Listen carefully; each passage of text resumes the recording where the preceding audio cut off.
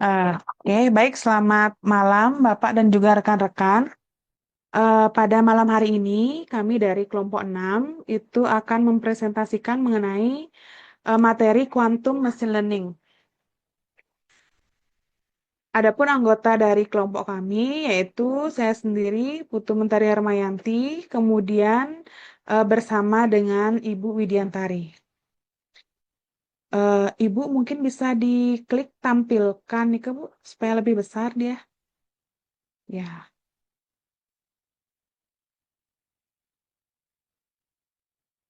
oke, baik, udah. Baik, untuk latar belakang akan dipaparkan oleh Ibu Widiantari. Silahkan, Ibu.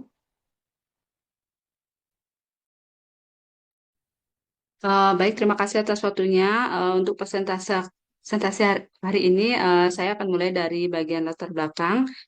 Yang pertama itu mengenai perkembangan teknologi komputasi dalam beberapa dekade terakhir menunjukkan adanya peningkatan yang sangat pesat, khususnya dalam bidang kecerdasan buatan atau artificial intelligence dan pembelajaran mesin atau machine learning.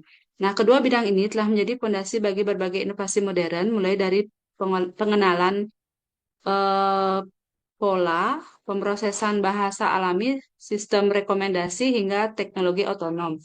Namun, semakin kompleksnya persoalan komputasi dan semakin besarnya volume data yang harus diproses, dapat menimbulkan berbagai tantangan baru dalam sistem komputasi klasik.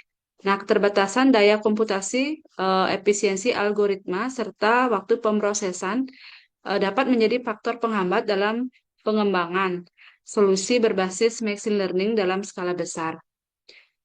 Di sisi lain, kemajuan dalam fisika modern akan menghasilkan lahirnya teknologi kuantum yang menawarkan paradigma baru dalam bidang komputasi, yang berbeda dengan komputer klasik yang biasanya menggunakan bit biner dari 0 dan 1, sedangkan komputer kuantum memanfaatkan qubit yang mampu berada dalam keadaan superposisi dan berinteraksi melalui fenomena keterikatan kuantum.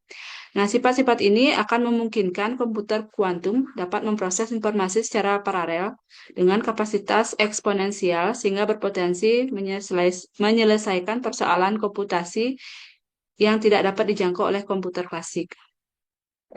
Kemudian, perkembangan tersebut akan melahirkan sebuah disiplin baru yang dikenal dengan quantum machine learning, yaitu merupakan integrasi antara prinsip-prinsip komputasi kuantum dengan algoritma pembelajaran mesin. Quantum machine learning ini berupaya untuk meningkatkan performa, efisiensi, dan skalabilitas algoritma machine learning melalui pemanfaatan kekuatan komputasi kuantum. Beberapa algoritma klasik seperti support vector machine, eh, prinsipal komponen analisis, dan neural network telah dikembangkan dalam versi kuantum untuk meningkatkan kecepatan komputasi dan akurasi pemodelan data. Selain itu, quantum machine learning dipandang memiliki big data, optimalisasi yang kompleks, serta simulasi sistem yang memiliki dimensi tinggi. Seiring dengan meningkatnya kapabilitas perangkat keras kuantum seperti prosesor kuantum dan penyepuh kuantum, serta berkembangnya pustaka perangkat lunak kuantum mutakhir, termasuk Squisite, Crit, dan Penilin, minat global terhadap bidang quantum machine learning terus mengalami peningkatan. Beberapa penelitian telah dilakukan investasi di ranah komputasi kuantum dengan quantum machine learning, sedang mengalami eskalasi pesat di berbagai instansi yang mencakup lembaga akademik, sektor industri teknologi, hingga badan pemerintahan. Karena bidang ini dipandang sebagai salah satu pilar krusial dalam revolusi komputasi yang akan datang. Adanya integrasi antara komputasi kuantum dan kecerdasan buatan bahkan diprediksi akan mengubah berbagai sektor seperti kesehatan, keamanan siber, keuangan, material maju, dan robotika. Nah, dengan demikian, pembahasan mengenai quantum machine learning menjadi sangat penting untuk dikaji secara lebih mendalam. Pemahaman terhadap konsep dasar perkembangan serta potensi penerapan quantum machine learning akan membantu memberikan gambaran mengenai bagaimana teknologi ini dapat menjadi fondasi baru bagi pengolahan data dan kecerdasan buatan di masa depan. Oleh karena itu, makalah ini disusun untuk menguraikan secara lebih konferensif mengenai perkembangan quantum machine learning serta relevansinya dalam menghadapi era teknologi generasi berikutnya.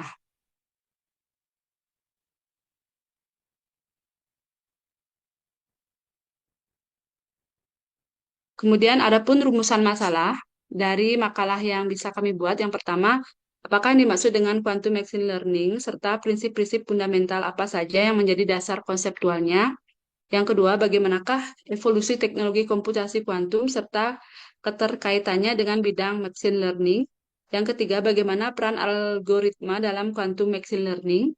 Yang keempat, apa saja kendala yang dihadapi dalam penerapan quantum machine learning, baik dari aspek perangkat keras maupun perangkat lunak? Dan yang terakhir, bagaimanakah potensi pemanfaatan quantum machine learning dalam berbagai bidang ilmu pengetahuan maupun sektor industri?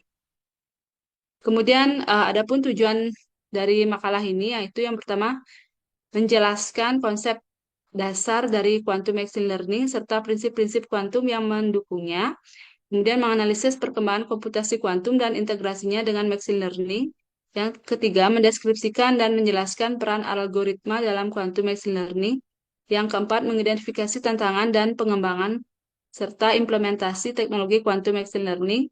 Dan yang terakhir, mendeskripsikan potensi penerapan quantum machine learning dalam berbagai sektor strategis di masa depan.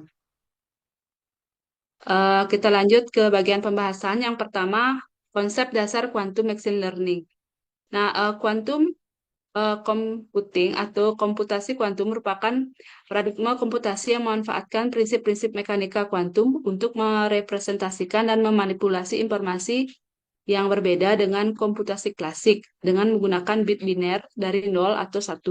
Sedangkan machine learning atau ML tradisional adalah cabang kecerdasan buatan yang menggunakan algoritma statistik dan optimasi untuk menemukan pola dari data klasik. Quantum machine learning muncul sebagai gabungan dua bidang tersebut, yaitu merupakan penerapan komputasi kuantum ke dalam teknik-teknik machine learning. Quantum machine learning merupakan disiplin ilmu interdisipliner yang berada di persimpangan antara mekanika kuantum dan ilmu data. Quantum machine learning memanfaatkan prinsip-prinsip unik dan dari komputasi kuantum seperti superposisi dan keterikatan untuk meningkatkan kapabilitas pada machine learning. Nah, seperti yang digambarkan pada diagram Venn, merupakan diagram data science di mana quantum machine learning ini dinyatakan sebagai evolusi dari paradigma sains data klasik yang mengkaitkan ilmu komputer, matematika statistik, dan pengetahuan bisnis. Eh, Oleh karena itu, quantum machine learning diposisikan sebagai evolusi dari paradigma sains data klasik yang secara mendasar mengintegrasikan fisika kuantum untuk memperluas kapabilitas yang melekat pada ketiga domain tersebut, dengan memanfaatkan prinsip-prinsip kuantum seperti superposisi dan keterikatan. Quantum machine learning berupaya mengatasi keterbatasan komputasi inheren dari algoritma klasik sehingga dapat memberdayakan para praktisi sains data di masa depan untuk menangani tantangan optimasi dan representasi data yang kompleks secara eksponensial. Secara konseptual, fondasi utama bidang ini didasarkan pada pengkodoan data kuantum, yaitu prosedur esensial untuk memasukkan dan memetakan data klasik ke dalam bentuk keadaan kuantum melalui berbagai skema. Dengan demikian, tujuan utama dari quantum machine learning adalah mencapai keunggulan dalam efisiensi komputasi, kapasitas representasi data, dan kemampuan menangani kompleksitas data tinggi yang melampaui batas kemampuan algoritma machine learning klasik.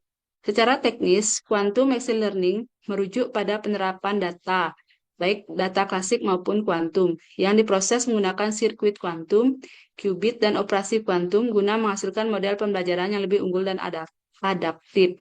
Selain itu, quantum machine learning dapat membuka peluang untuk mengembangkan algoritma baru yang secara intrinsik beroperasi dalam ruang keadaan kuantum, sehingga mampu mengeksplorasi struktur data yang kompleks dan menghasilkan solusi yang sulit dicapai melalui pendekatan komputasi konvensional. Nah, adapun prinsip-prinsip quantum machine learning itu terdiri dari tiga prinsip utama yang dapat menunjukkan keunggulan dari komputasi ini, yaitu superposisi, keterikatan, dan interferensi. Nah, superposisi itu menyatakan bahwa qubit atau bit kuantum dapat berada dalam kombinasi linier dari semua kemungkinan keadaannya secara simultan, bukan hanya data 0 atau 1 seperti pada bit klasik. Hal ini memungkinkan komputer kuantum untuk memproses banyak kemungkinan input data secara paralel hanya dalam satu langkah operasi. Prinsip superposisi memungkinkan adanya representasi data yang sangat besar dan berdimensi tinggi menggunakan jumlah qubit yang relatif kecil. Hal ini menjadi aspek penting dalam proses pemuatan atau loading dan pengolahan dataset berskala besar secara efisien yang merupakan inti dari algoritma big data dan penerapan machine learning. Berikutnya, keterikatan adalah fenomena unik kuantum di mana ada dua atau lebih qubit menjadi sangat terhubung, sehingga keadaan satu qubit secara instan memengaruhi keadaan qubit lainnya yang terlepas dari jarak fisik di antara mereka. Keterikatan dapat menciptakan korelasi yang sangat kuat antara qubit. Hal ini akan jauh lebih kuat daripada korelasi yang dapat dicapai oleh sistem klasik. Nah, keterikatan ini digunakan dalam quantum machine learning untuk membangun sirkuit kuantum yang dapat memodelkan korelasi kompleks dalam data atau ruang fitur dengan lebih baik dibandingkan model klasik, sehingga dapat menghasilkan kinerja klasifikasi atau pengenalan pola yang superior. Prinsip yang terakhir yaitu interferensi, yang merupakan mekanisme yang digunakan untuk memanipulasi probabilitas hasil pengukuran kuantum, seperti gelombang cahaya yang dapat saling menguatkan atau saling menghilang. Setelah komputasi kuantum dilakukan, interferensi digunakan untuk memperkuat probabilitas hasil yang benar dan melemahkan probabilitas hasil yang salah. Nah, interferensi ini merupakan kunci untuk membaca jawaban yang diinginkan dari keadaan superposisi. Prinsip interferensi adalah dasar dari banyak algoritma kuantum, sehingga dalam interferensi ini dapat membantu model kuantum untuk mengoptimalkan fungsi biaya dan mempercepat konvergensi ke solusi yang benar selama fase pelatihan. Berikutnya, evolusi komputasi kuantum dan keterkaitannya dengan machine learning. Evolusi teknologi kuantum dapat dibagi menjadi tiga fase utama yang masing-masing didorong oleh kemajuan teoritis dan tantangan rekayasa fisik. Perjalanan ini secara langsung dapat melahirkan bidang baru yang disebut dengan quantum machine learning. Adapun tahapannya yaitu yang pertama fase teoritis awal itu terjadi sekitar tahun 1980 sampai 1990, di mana fase teoritis ini ditandai dengan penetapan dasar-dasar teoritis komputasi kuantum serta adanya perubahan dari ide fiksi menjadi disiplin ilmu yang lebih layak. Menurut Richard Feynman tahun 1982, simulasi sistem kuantum secara efisien memerlukan mesin yang beroperasi berdasarkan hukum mekanika kuantum, karena komputer klasik memiliki keterbatasan yang masih inheren dalam memecahkan masalah kuantum. Nah, penerapan algoritma revolusioner membuktikan berbagai potensi keunggulan dari teknologi kuantum. Salah satunya yaitu algoritma Shor tahun 1994 yang dikembangkan oleh Peter Shor, yang menyatakan bahwa algoritma ini mampu memfaktorkan bilangan prima secara eksponensial lebih cepat daripada algoritma klasik. Sedangkan pendapat dari Loeb Grover dalam algoritma Grover, dia lebih menawarkan percepatan kuadrat untuk pencarian basis data tak terstruktur pada sebuah komputer. Kemudian fase kedua yaitu fase pengembangan perangkat keras awal yang terjadi tahun 2000 sampai 2010. Fase ini berfokus pada mewujudkan qubit atau bit kuantum secara fisik dan mengatasi tantangan dekoherensi atau hilangnya sifat kuantum akibat adanya interaksi dengan lingkungan.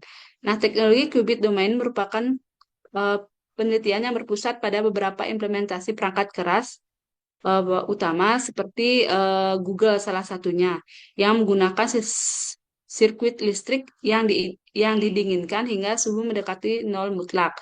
Teknologi ini kini memimpin dalam jumlah qubit yang dapat diskalakan. Kemudian fase ketiga yaitu fase quantum machine learning dan komersialisasi yang terjadi pada tahun 2015 sampai sekarang.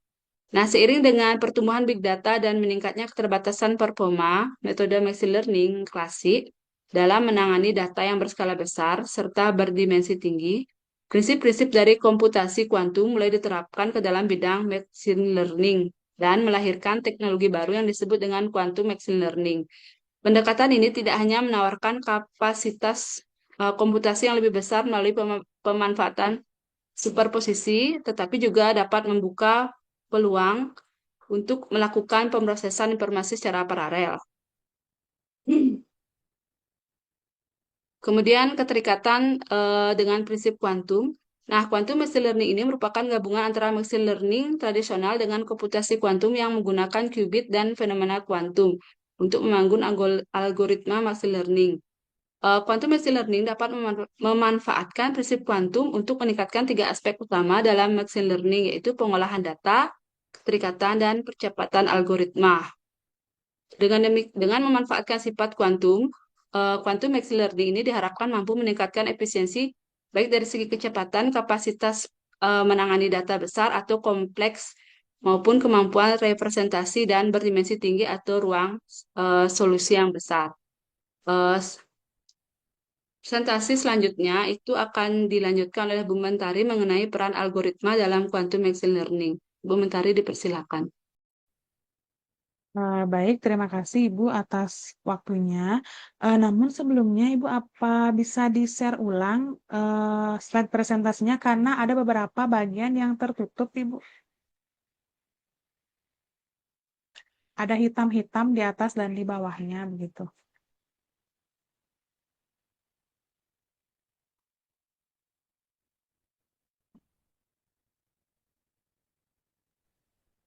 Sudah terlihat, Bu? Sudah, Oke. cuma masih dia tertutup di atasnya Bu. Iya, iya, iya, udah. Sudah? Ya. Udah. Kembali dulu Bu ke slide ke depannya. Oke.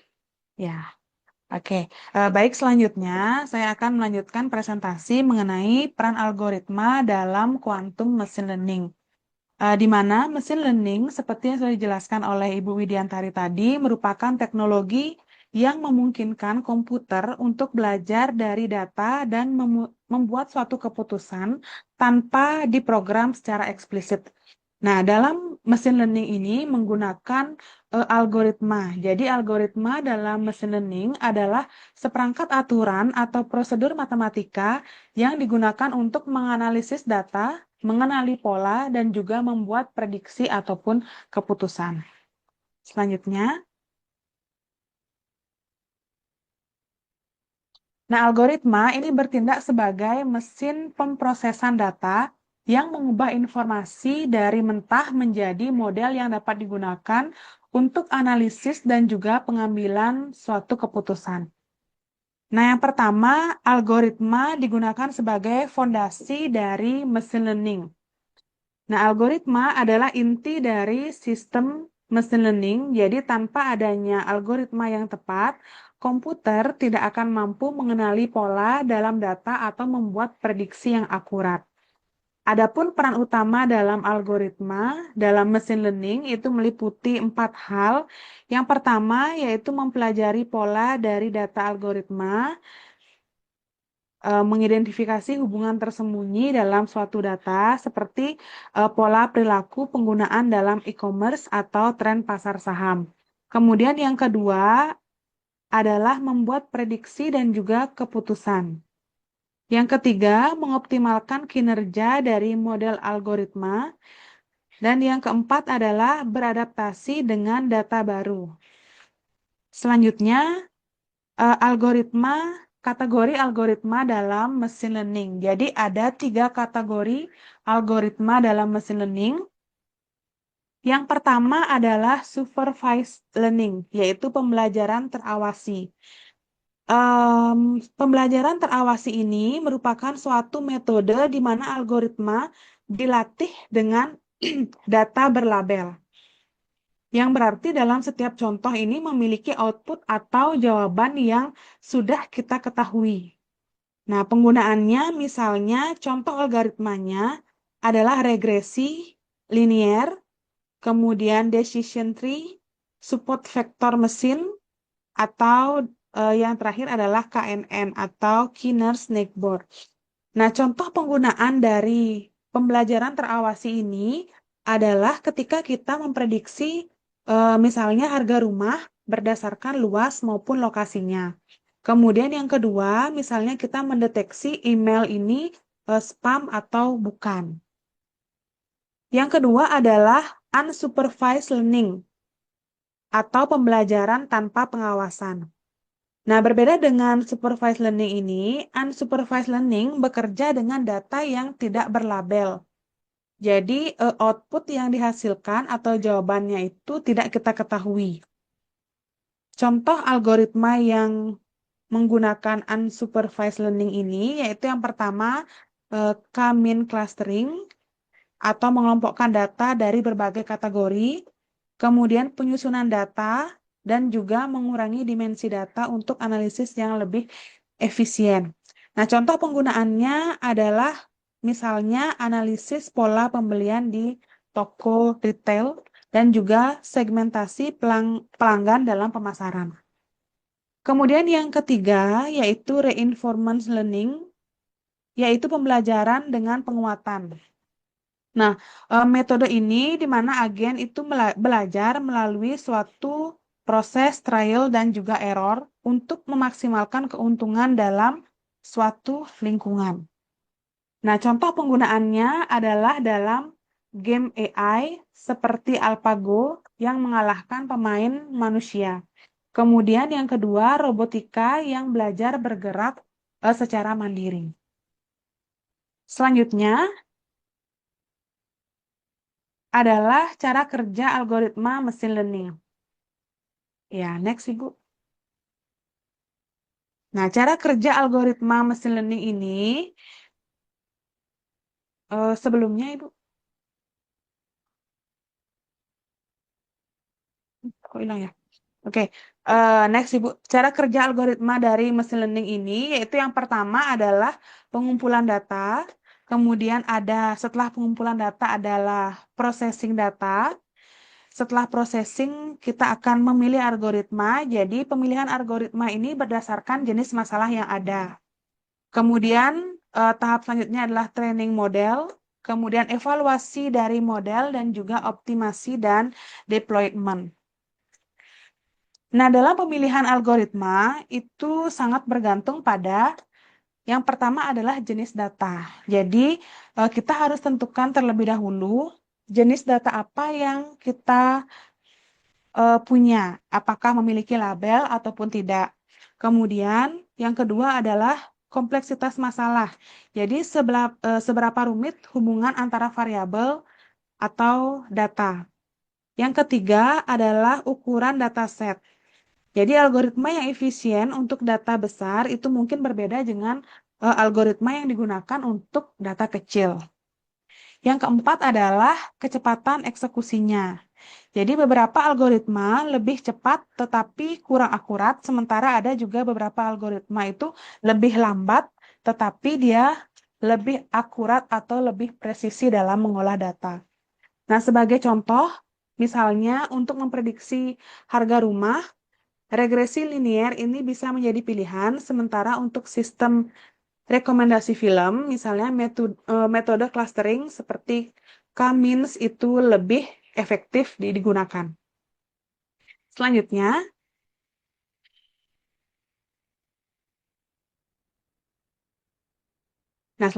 mesin learning ini telah berevolusi dari metode statistik seperti yang dijelaskan tadi. Jadi dari awal ada metode statistik tradisional hingga ke era deep learning. Jadi ada 5 perkembangannya. Yang pertama yaitu variational quantum eigensolver atau VQE. Ini merupakan algoritma hibrida dari perkembangan klasik ke kuantum yang paling populer di era NISQ.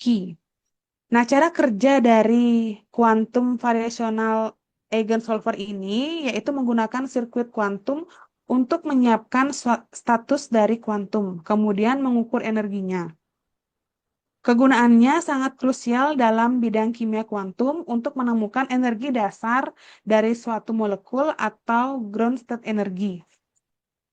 Yang kedua adalah Quantum Support Vector Machine atau QSVM.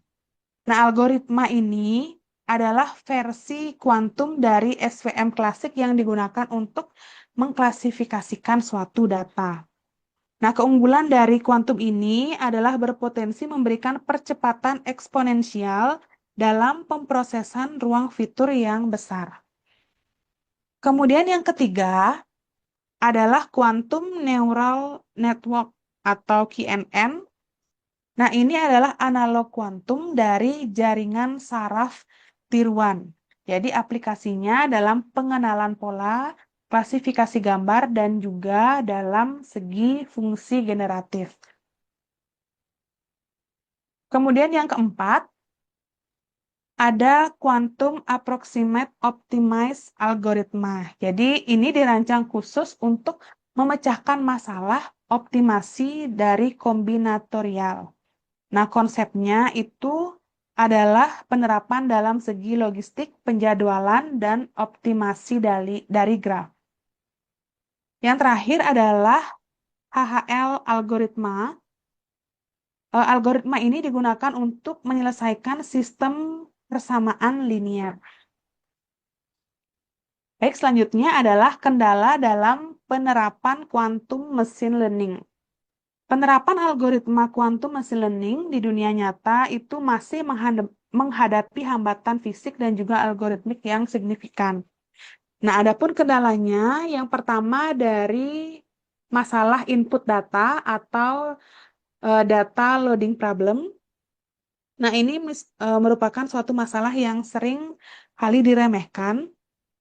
Nah, dampak dari masalah ini adalah keuntungan kecepatan eksponensial dari algoritma kuantum bisa saja hilang sepenuhnya hanya karena waktu yang dibutuhkan untuk memuat data ke dalam suatu komputer kuantum itu terlalu lama. Kemudian selanjutnya masalah output data. Ya, next Ibu. Ya, output data. Setelah pemrosesan kuantum itu selesai, maka kita akan memperoleh suatu hasil akhir yang berupa superposisi amplitude dalam status kuantum. Nah, untuk mendapatkan gambaran distribusi probabilitas yang akurat, kita harus menjalankan dan mengukur sirkuit yang sama atau ribuan jutaan kali, dan ini juga memakan waktu dan biaya yang cukup besar. Yang ketiga, kendala yang ketiga adalah Baran-Plateaus atau dataran gersang gradien itu yang sering disebutkan. Jadi ini khusus untuk kuantum VQE, QNN, dan juga QAOA. Nah, seiring dengan bertambahnya jumlah qubit dalam kedalaman sirkuit, sehingga gradien dan fungsi biaya itu cenderung mendekati nol secara eksponensial. Nah, ini menyebabkan optimizer klasik ini tidak bisa mengetahui arah mana yang harus diambil atau dilakukan. Kemudian yang keempat adalah keterbatasan hardware. Komputer kuantum saat ini masih belum memiliki koreksi atau kesalahan yang sempurna. Nah, misalnya status kuantum ini sangat rapuh dan mudah rusak oleh interaksi lingkungan dalam hitungan mikrodetik. Selanjutnya adalah potensi pemanfaatan dari quantum machine learning dalam berbagai ilmu pengetahuan maupun sektor industri. Nah, kelompok kami mengambil dalam 4 bidang. Yang pertama adalah farmasi dan kimia. Nah, ini adalah aplikasi yang paling alami bagi komputer kuantum, di mana yang pertama digunakan dalam penemuan obat baru. Jadi yang dimanfaatkan adalah quantum VQE untuk mensimulasikan interaksi antara molekul obat dengan protein tubuh secara akurat tanpa perlu melakukan eksperimen laboratorium yang mahal dan memakan waktu yang bertahun-tahun. Kemudian menganalisis data generik dari suatu pasien untuk memprediksi respon obat yang spesifik untuk individu. Nah, ini cuma memerlukan waktu yang sangat singkat dengan memanfaatkan quantum machine learning. Kemudian yang kedua adalah sektor keuangan atau finance. Jika dilihat dari optimasi portofolio, ini menggunakan QAOA untuk memilih kombinasi saham atau aset yang memberikan return maksimal dengan resiko yang minimal. Ini adalah masalah optimasi kombinasional yang berat bagi komputer klasik. Kemudian, jika dilihat dari logistik, bidang logistik dan manufaktur, quantum machine learning ini dimanfaatkan untuk masalah klasik seperti traveling salesman problem atau penjadwalan armada logistik. Itu dapat menggunakan quantum machine learning sehingga lebih efisien. Kemudian digunakan juga untuk mendesain pesawat ataupun mobil. Jadi yang digunakan adalah kuantum HHL atau simulator fluida kuantum untuk mensimulasikan aerodinamika dengan presisi tinggi yang dapat menghemat bahan bakar. Kemudian yang keempat adalah dari segi energi dan juga lingkungan. Jika dilihat dari energi dan lingkungan ini, pemanfaatan energi kuantum dilihat dari baterai generasi baru, kemudian ada carbon capture atau menemukan katalis baru yang lebih efisien untuk contohnya untuk menangkap karbon dioksida dari atmosfer dan juga membantu mengatasi perubahan iklim. Kemudian ada optimasi grid listrik, yaitu menyeimbangkan distribusi listrik dari berbagai sumber energi yang terbarukan secara real-time untuk mencegah pemadaman. Baik, demikian yang dapat saya sampaikan. Selanjutnya, untuk penutup, saya serahkan kepada Ibu Widiantari. Silahkan, Ibu. Baik, untuk kesimpulan yang bisa kami ringkas dari makalah yang telah kami buat, yaitu Quantum Machine Learning atau QML merupakan bidang interdisipliner yang memadukan prinsip komputasi kuantum dengan teknik machine learning untuk meningkatkan efisiensi komputasi, kapasitas representasi data, dan kemampuan menangani data berdimensi tinggi. Nah, adapun saran yang bisa kami buat untuk makalah ini yaitu pengembangan lebih lanjut pada perangkat keras kuantum sangat diperlukan termasuk dalam peningkatan jumlah qubit dan pengurangan noise serta riset algoritma dan arsitektur kuantum machine learning yang lebih efisien. Baik, demikian presentasi yang bisa disajikan oleh kelompok kami. Untuk waktu, saya kembalikan ke moderator. Baik, terima kasih Ibu atas penyampaian kesimpulan dan juga saran. Baik, Bapak dan juga rekan-rekan, untuk selanjutnya adalah sesi tanya jawab. Namun sebelumnya saya tanyakan kepada Bapak terlebih dahulu, apakah ada masukan Bapak atau kita lanjutkan ke sesi tanya jawab. Lanjutkan dulu ya, Dek. Oke, Bapak. Baik, untuk teman-teman, apakah ada yang memiliki pertanyaan, saran maupun masukan mengenai makalah dari kelompok kami terkait dengan quantum machine learning? Saya persilahkan.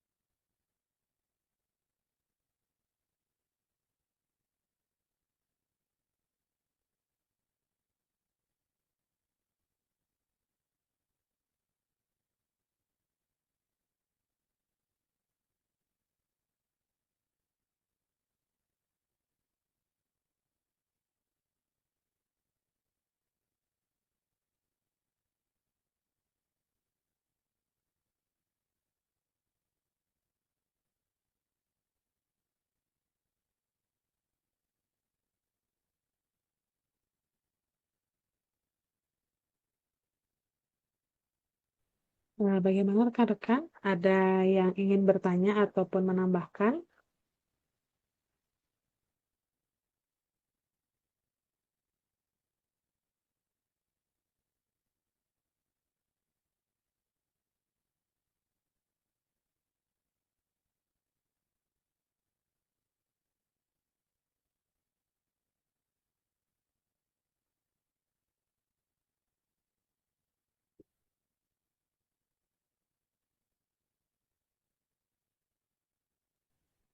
Baik, Satya, silahkan. Baik, terima kasih atas kesempatannya. Jadi di sini mungkin Satya sedikit bertanya. Jadi tadi Satya dengar terkait dengan penjelasan mengenai VQA, ya VQA atau Variational Quantum Agent Solver. Nah, eh, jadi VQA ini dikatakan bisa membantu peneliti untuk menemukan obat baru seperti itu. Jadi yang ingin Satya tanyakan, bagaimana sih sebenarnya pengaruh dari VQA ini dalam mempercepat proses penemuan obat baru? Apakah ini mempengaruhi proses pengobatan atau tidak? Mungkin itu yang Satya tanyakan.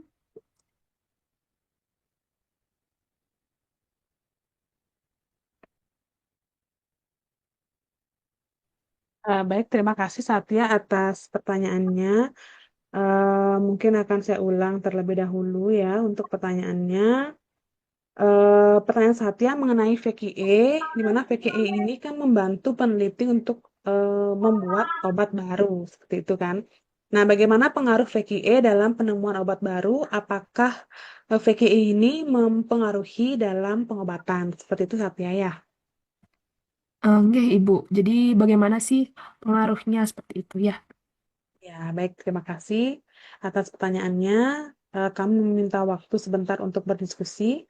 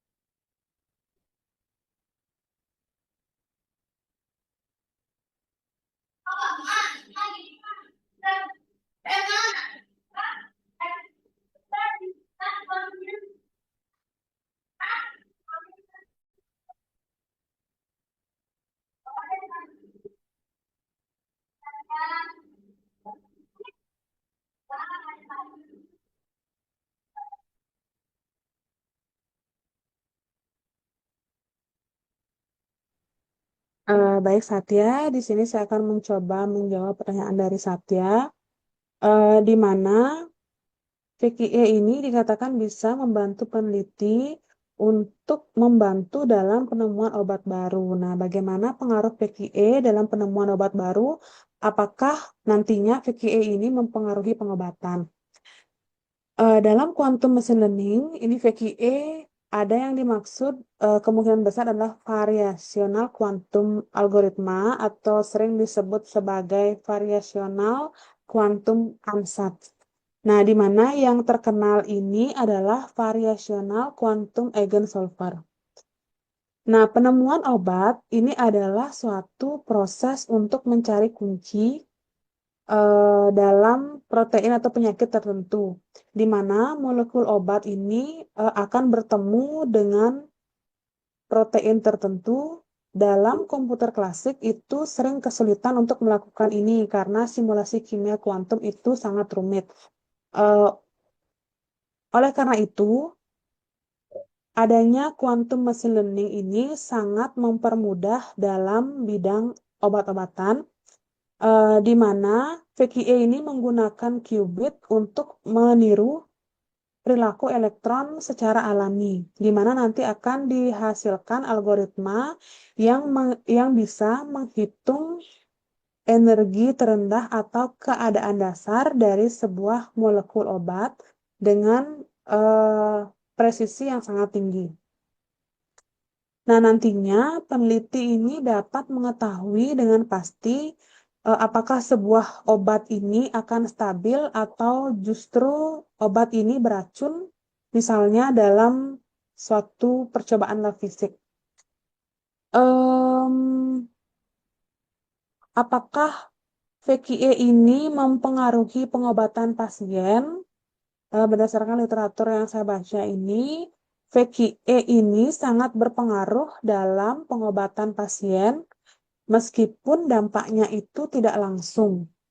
Nah, VQE ini mempercepat proses di laboratorium yang pada akhirnya itu mengubah apakah pasien itu misalnya diterima atau tidak di rumah sakit.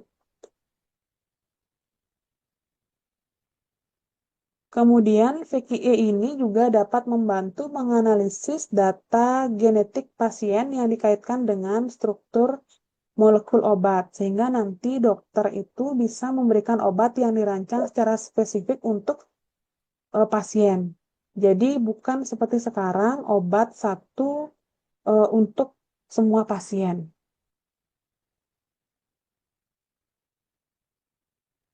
Baik, demikian yang dapat saya sampaikan. Mungkin ada tambahan dari rekan saya, Ibu Widiantari. Saya persilahkan. Baik, terima kasih atas waktunya. Nah, di sini saya ingin menambahkan pendapat dari Bu Mentari tentang PKE. Jika dikaitkan dengan apa itu namanya proses mempercepat proses apa itu tadi ya penemuan obat baru itu eh, PKE ini apa tuh VQE ini memang dapat mempercepat proses simulasi molekul dengan menggunakan apa tuh namanya teknologi komputer kuantum sehingga dapat memungkinkan peneliti untuk lebih cepat mengeksplorasi lebih banyak kemungkinan struktur molekul dan menemukan obat baru dengan lebih cepat.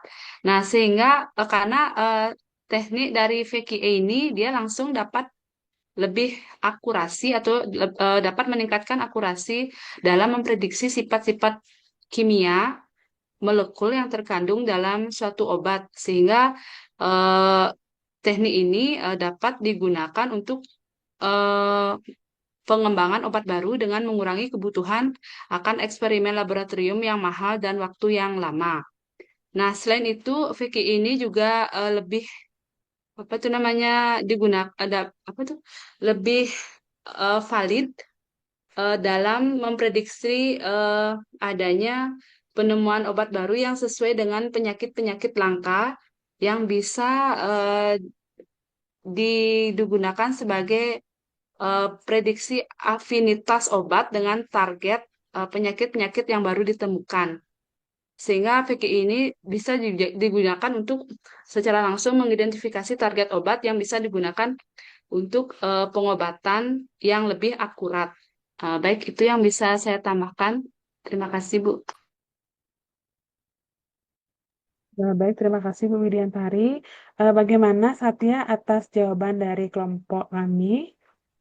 Eh, Nggih, terima kasih untuk Bu Mentari dan Bu Widi. Jadi saya sebenarnya masih cukup baru, masih cukup asing dengan konsep dari VQA ini, tapi penjelasan dari Bu Mentari dan Bu Widi cukup dari penjelasannya saya cukup memahami poin utamanya. Ternyata teknologi ini itu sangat bermanfaat untuk proses penemuan obat baru karena bisa mempercepat proses simulasi menggunakan apa namanya tadi dibilang komputasi kuantum seperti itu ya.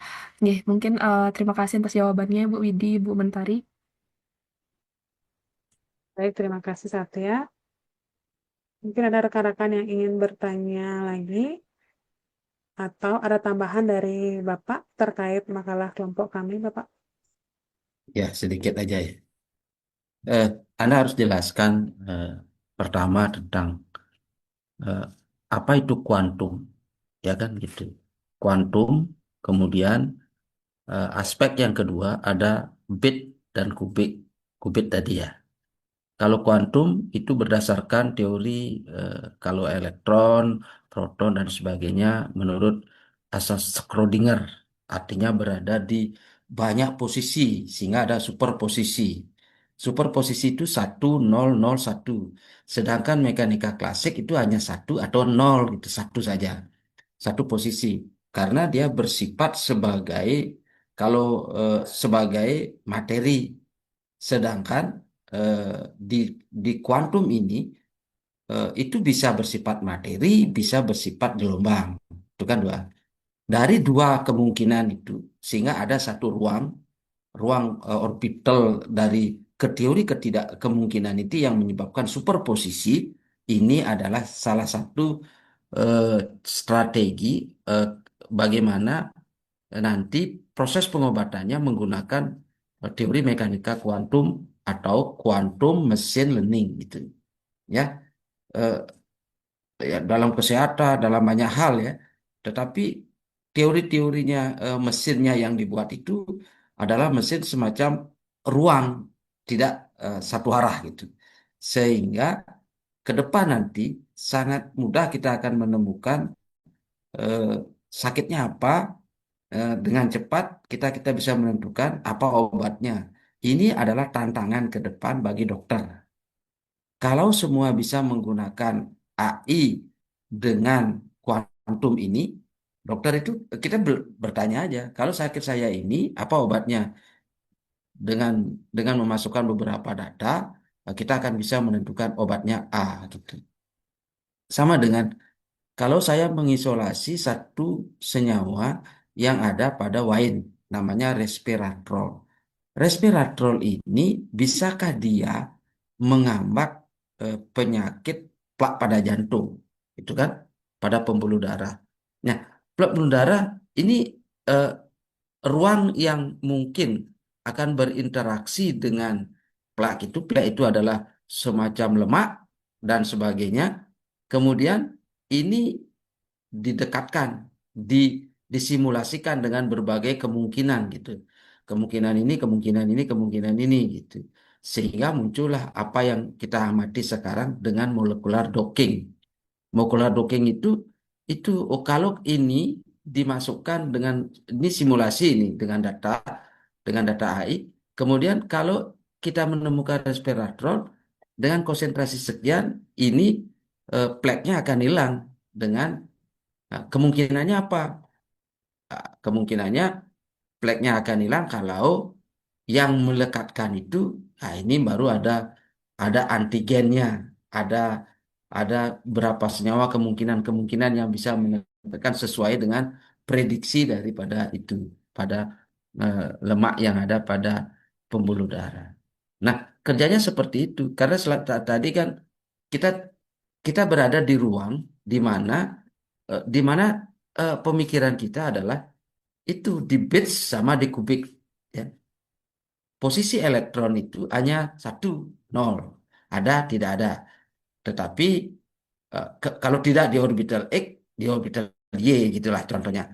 Tetapi kalau di kuantum dia ada berada di mana-mana gitu.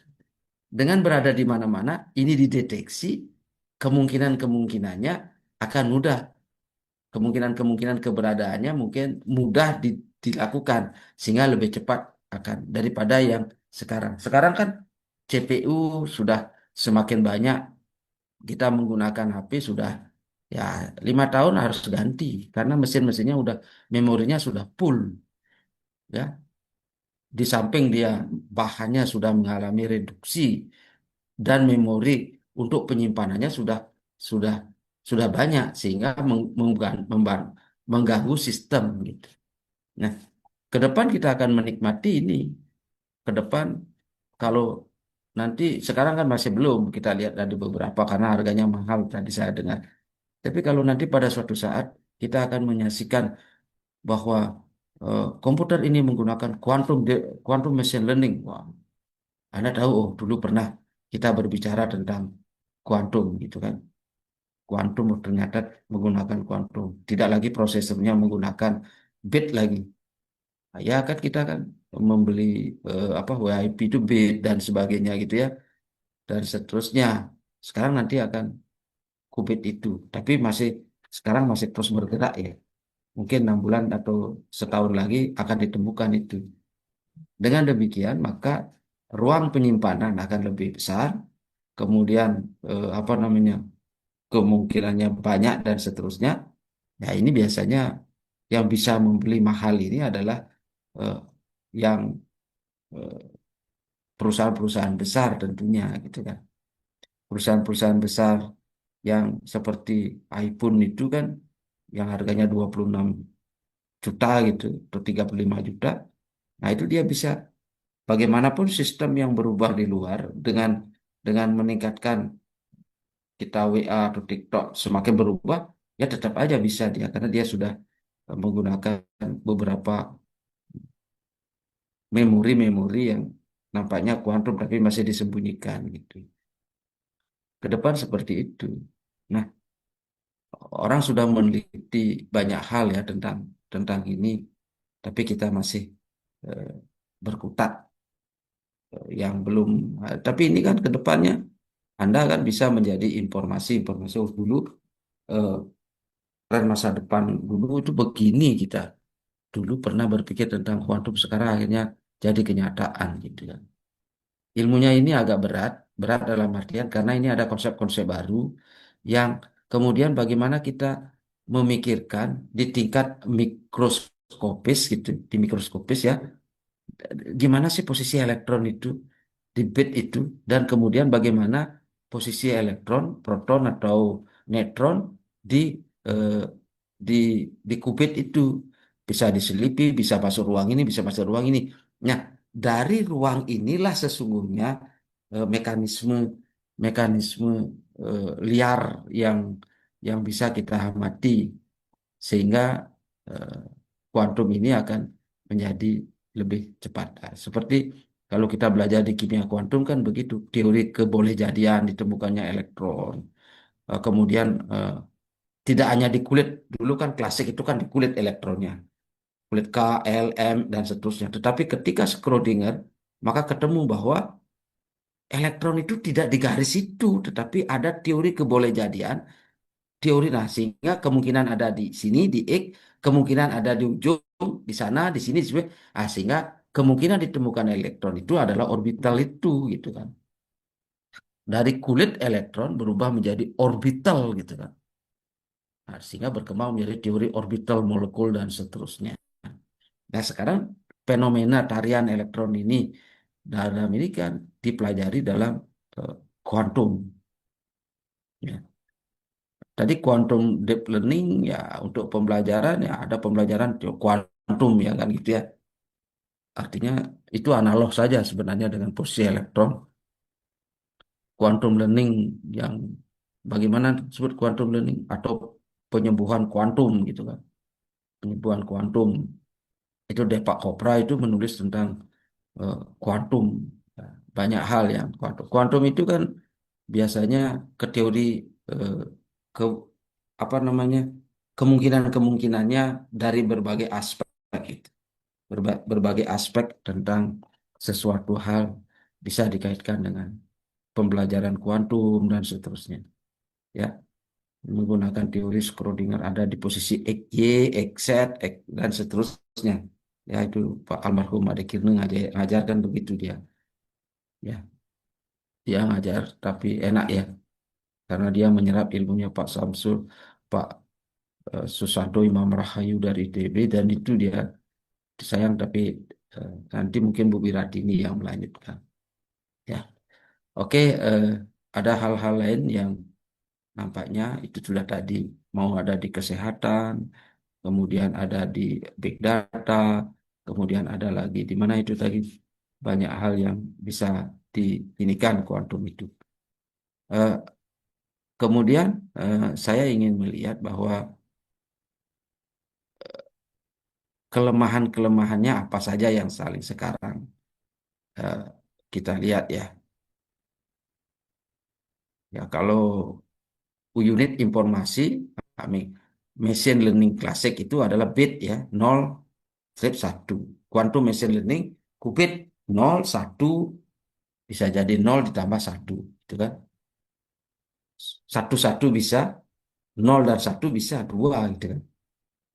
Nah itu kecepatannya linear itu disebutkan kalau di machine learning klasik, sedangkan di quantum machine learning yaitu eksponensial.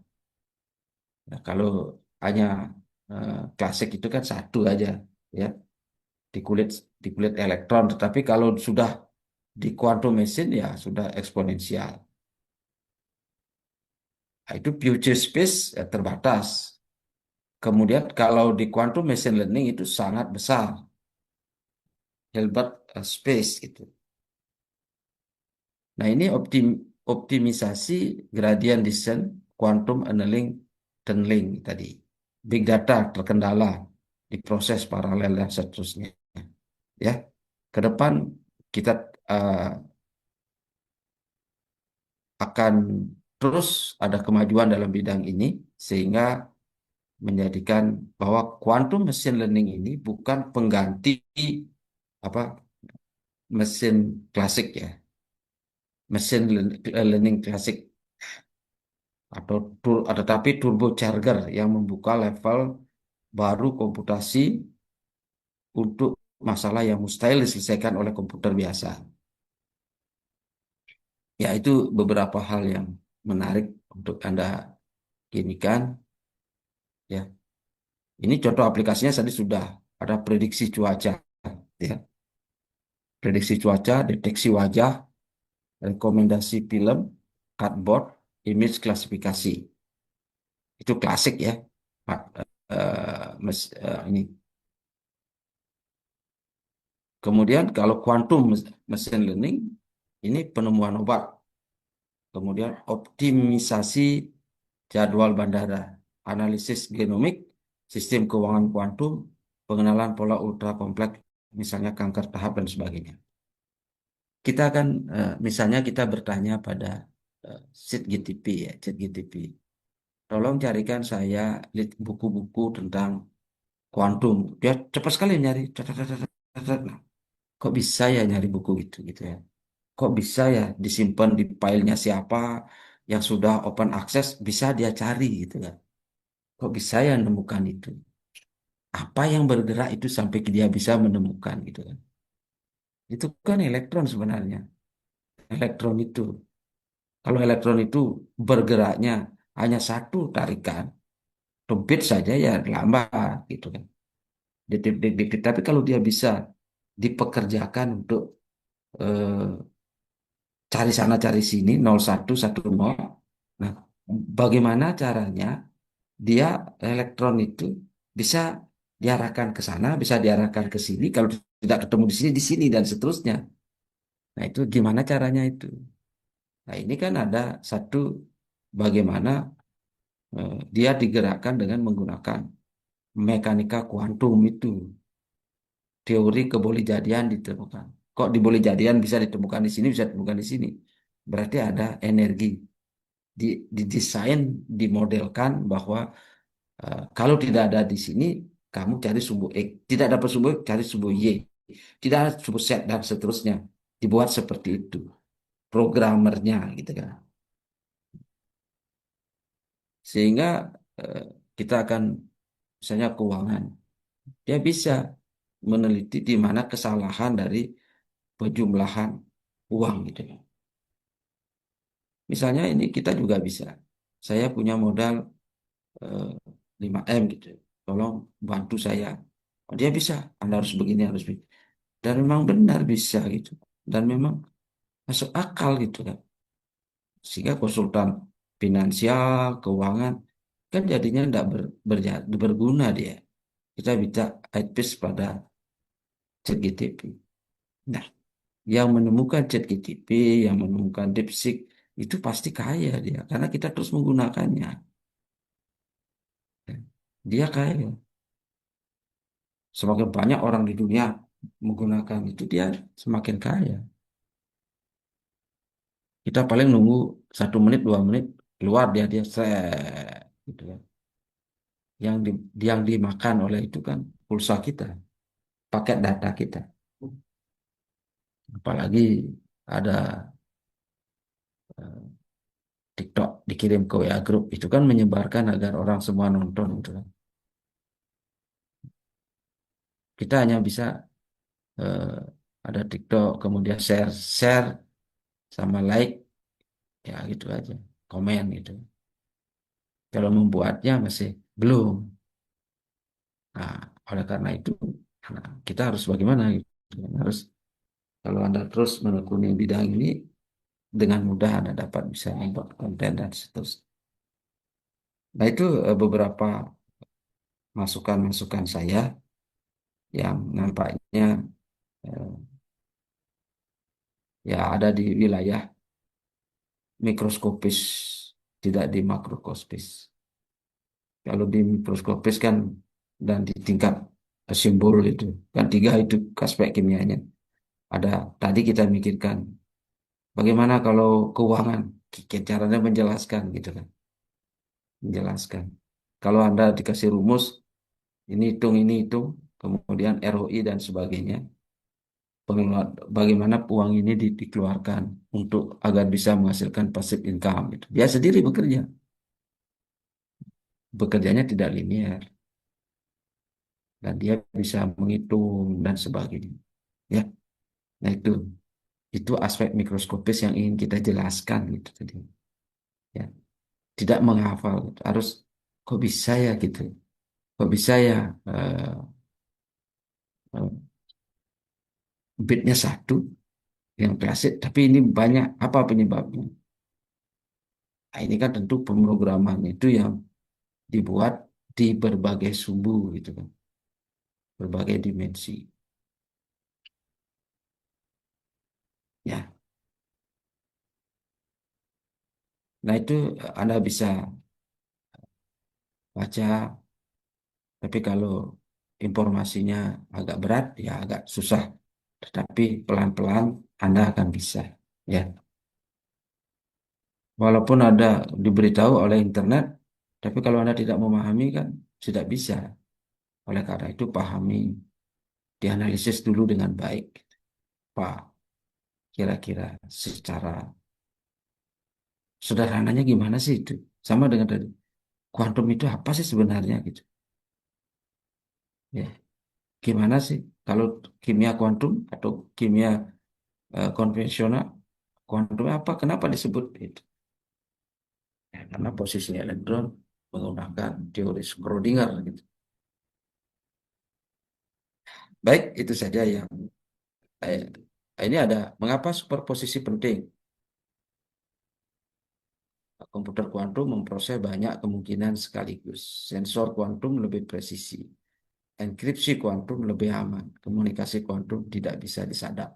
Nah, itu nanti kalau banyak penyadapan, ada satu informasi tidak bisa disadap, nah, dia menggunakan ini AI kuantum, ya, AI kuantum.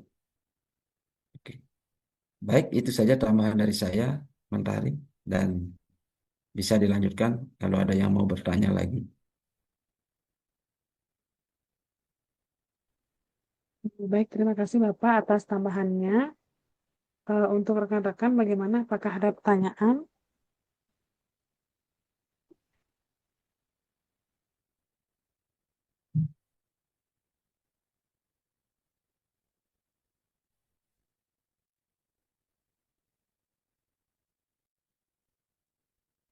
Sepertinya tidak ada pertanyaan nih, Kak, Bapak. Ya, nah ya.